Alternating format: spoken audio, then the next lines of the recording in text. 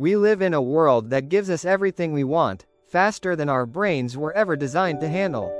A like, a swipe, a ping, a dopamine hit. But behind every hit, there's a cost.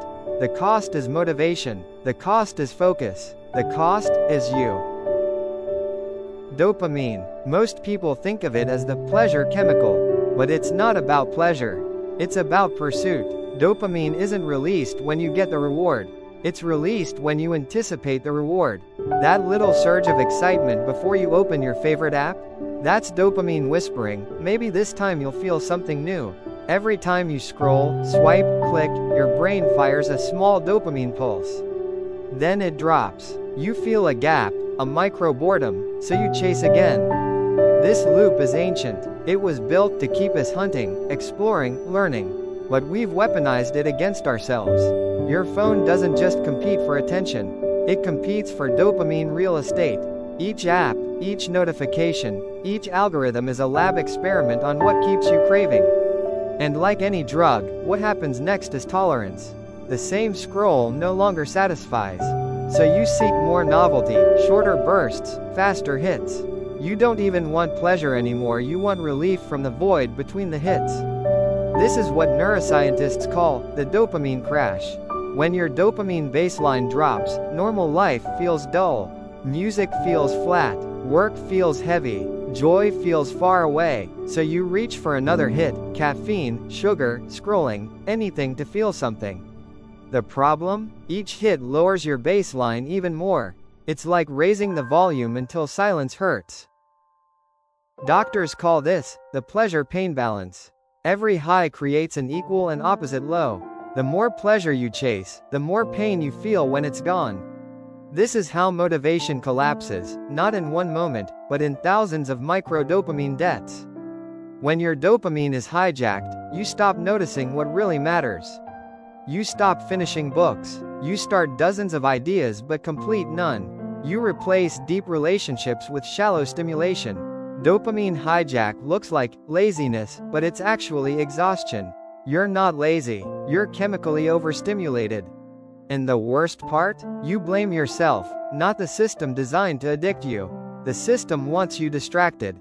Because distraction sells. The reset doesn't start with a detox. It starts with awareness. Step 1. Notice your triggers. Every time you feel the urge to check your phone, pause. Ask, what am I avoiding? Step 2. Reclaim boredom. Boredom isn't the absence of stimulation, it's the space where creativity begins. Sit with it, breathe through it. Step 3. Create one sacred space free from notifications, your focus zone. Every minute you protect there rebuilds your dopamine balance. Neuroscience shows it takes roughly 24 hours for dopamine receptors to start recalibrating after overstimulation. That means one full day offline, one real reset, can change your baseline. Try it. No phone in bed. No social media till noon. 20 minutes of silence after waking. The first few hours will feel uncomfortable. That's withdrawal, not boredom. After that, something amazing happens. Sounds become sharper, colors warmer, thoughts clearer. You start to feel alive again.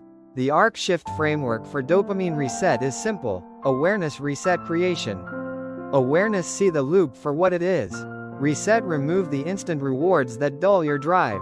Creation, replace consumption with meaningful action. It's not about quitting pleasure. It's about upgrading it. True dopamine mastery isn't avoiding pleasure, it's earning it. When you build, write, train, learn, your brain releases dopamine the right way. Not for the hit, but for the growth. Neuroplasticity, your brain's ability to rewire, is triggered by attention, emotion, repetition. Every time you resist a cheap hit and choose a meaningful task, you strengthen a new circuit. In 30 days, that circuit becomes easier. In 90 days, it becomes automatic. You don't just change your habits, you change who you are. Real reward is subtle. It's the quiet satisfaction after finishing something hard. It's the peace after a long run. The pride after creating, not consuming. That's the dopamine nature intended, the kind that fuels, not drains. Each time you choose delayed reward over instant relief, your baseline rises. Your world brightens. Motivation returns. You don't need to escape technology.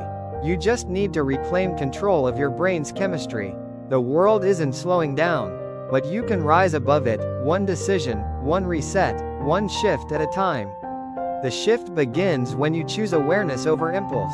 When you create instead of consume. When you realize dopamine was never the problem. It was the teacher, teaching you that real pleasure is found not in the hit, but in the habit. This is your reset. This is the arc shift.